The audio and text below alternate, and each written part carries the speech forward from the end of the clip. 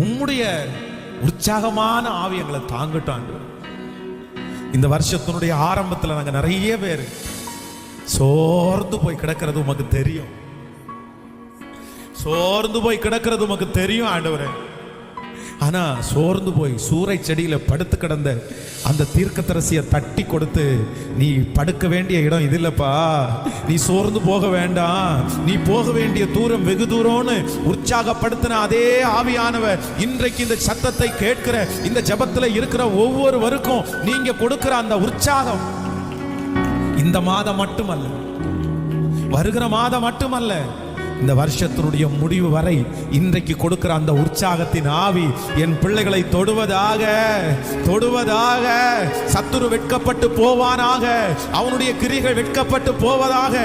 இவனை சோர்ந்திருக்க பண்ண முடியாது என்கிற ஓ ஹalleluya அந்த